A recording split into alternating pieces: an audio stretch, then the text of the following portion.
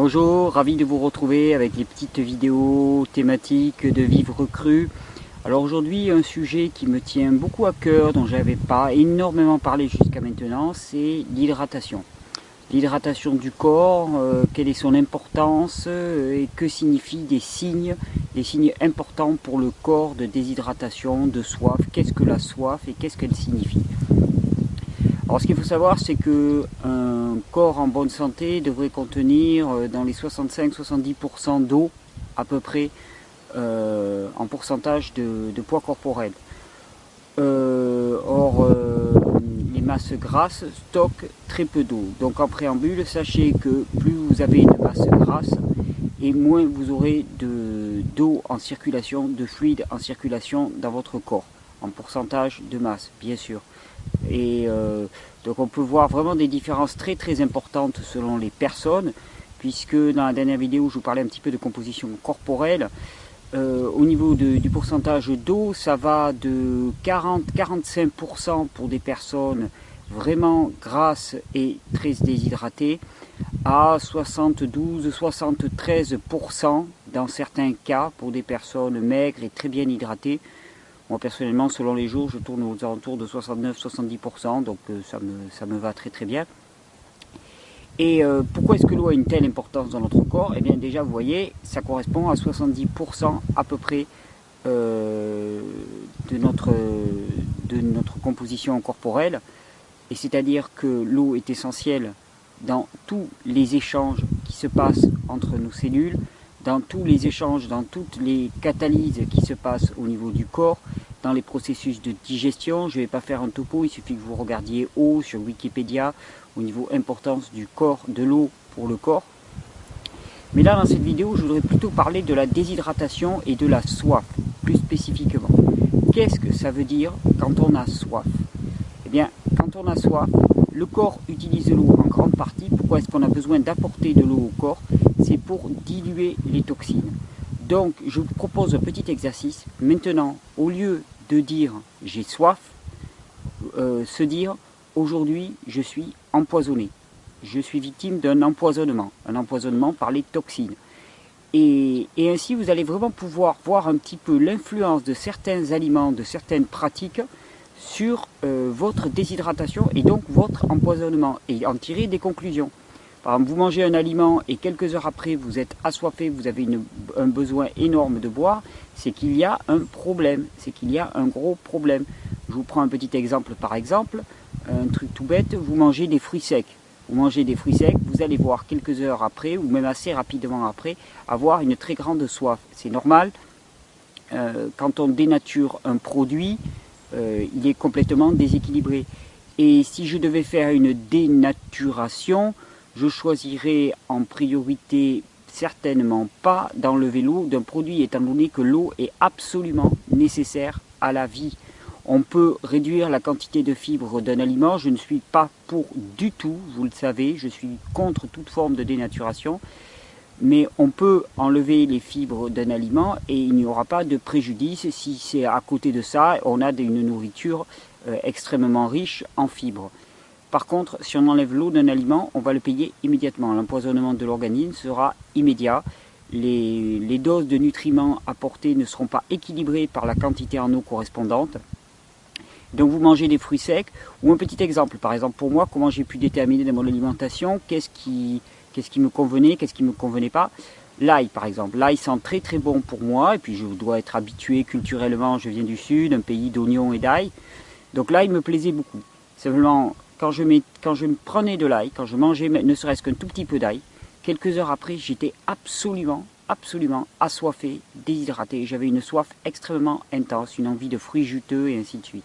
Eh bien, j'ai pu déterminer ainsi que l'ail, je pouvais très bien le sentir, que ça jouait un rôle phytothérapeutique pour moi, phytothérapie instinctive, mais par contre, qu'il était important que je n'en mange pas parce que mon corps réagissait très mal à l'ail.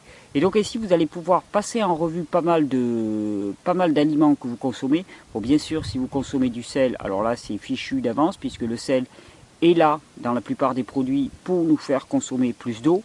Donc ne soyez pas étonnés de consommer de l'eau après avoir mangé du sel, mais surtout ne soyez pas étonnés quand ensuite on vous dit que le sel est un poison.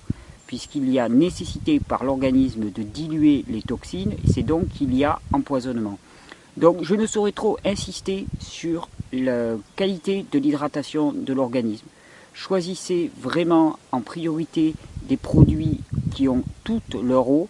Les fruits juteux sont excellents, les légumes juteux sont excellents.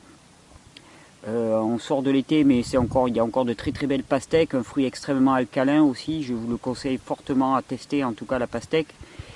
Et alors faut-il boire pendant la journée ou ne faut-il pas boire? Il y a des gens qui disent finalement avec une alimentation crue, on n'a pas besoin de boire. Je crois que c'est une grosse erreur. Parce que premièrement, on n'a pas été cru depuis notre naissance, donc des toxines dans le corps, il y en a. Et au contraire, plus on va s'orienter dans un régime cru, au moins dans les premières années, plus on va détoxiner. Et le corps a besoin d'eau pour véhiculer ces toxines. Donc au contraire, vous allez avoir des besoins en eau peut-être supérieurs à ceux que vous aviez avec un régime cuit ou un régime classique, parce que le corps rentrant dans un processus de nettoyage a besoin d'énormément d'eau pour se faire. À titre d'exemple, moi quand je me lève le matin, dans les 2 heures qui suivent, je bois facilement 2 litres d'eau.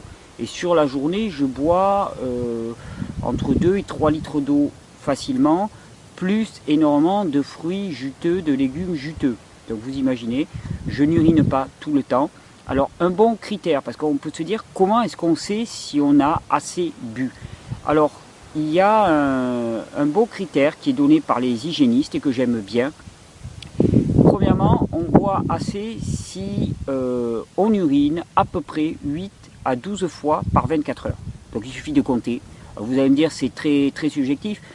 Si vous êtes à 8, c'est pas grave. Si vous êtes à 12, c'est pas grave. Par contre, si vous urinez plus de 17 ou 18 fois, ça devient inquiétant. On peut se poser des questions. Il y a peut-être des symptômes prédiabétiques derrière ça. Si on urine moins de 8 fois, alors là, il y a des risques qu'on soit en train de se déshydrater. Alors c'est juste un petit rappel à l'ordre. On se rend compte qu'on a peu uriné ce jour-là. On se dit, ouh là, je suis en train de me déshydrater. Attention, attention, demain, je fonctionne beaucoup plus avec des fruits juteux, des choses comme ça. Je pense à bien boire. Donc premier critère, uriner entre 8 et 12 fois par jour, grossièrement. Deuxième critère, une urine claire. Attention, les urines jaunes, paille, c'est vraiment déjà des urines relativement chargées. Et alors quand ça devient jaune, d'or, voire rouge ou orange, c'est uniquement acceptable en période de détoxination intense, en cas de jeûne ou des choses comme ça. Alors là, on comprend pourquoi c'est aussi chargé. Ou le matin, bien sûr, le corps élimine un peu plus de toxines puisque, comme vous le savez maintenant, après avoir vu la vidéo sur les rythmes chronobiologiques, le travail de détoxination du corps se passe uniquement pendant la nuit, en tout cas en phase non digestive. Donc le matin, il est normal d'avoir une urine jaune paille. Il n'est pas normal d'avoir une urine rouge ou chargée, et pendant la journée, hormis si vous avez mangé des betteraves, il n'est pas normal d'avoir une urine teintée. Elle devrait être claire, quasiment comme de l'eau.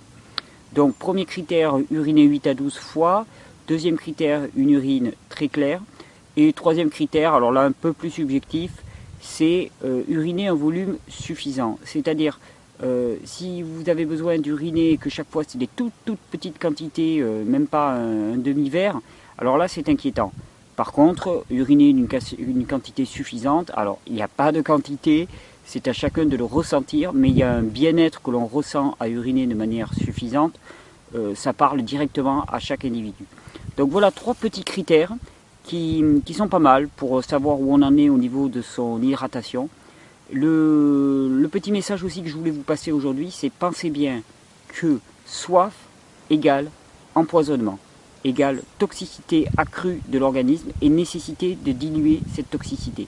Et à partir de cette petite règle, de ce petit changement sémantique que vous allez faire, vous allez pouvoir un petit peu décoder un peu plus vos habitudes alimentaires, vos habitudes de vie, et comprendre à quel moment vous pouvez faire des choix qui ne sont pas les meilleurs par rapport à votre mode de vie, par rapport à votre alimentation, quand vous vous sentirez déshydraté.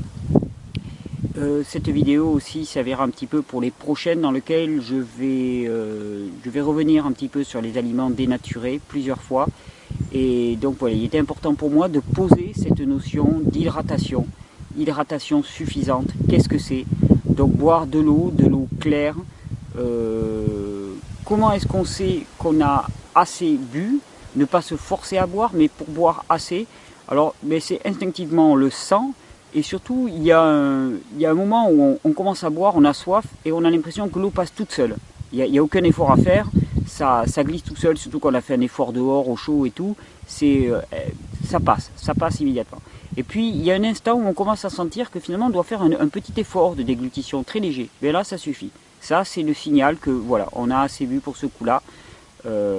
Arriver à la lourdeur stomacale, c'est boire trop, ou alors c'est dans des cas vraiment limites où on s'est beaucoup déshydraté. À ce moment-là, on est obligé de boire beaucoup et ça passe rapidement après cette petite lourdeur stomacale. Donc voilà, on a passé en revue un petit peu les critères d'une bonne hydratation, quelle quantité boire à peu près. Je vous conseille vraiment au lever, au matin, de boire, de commencer par cette petite hygiène matinale.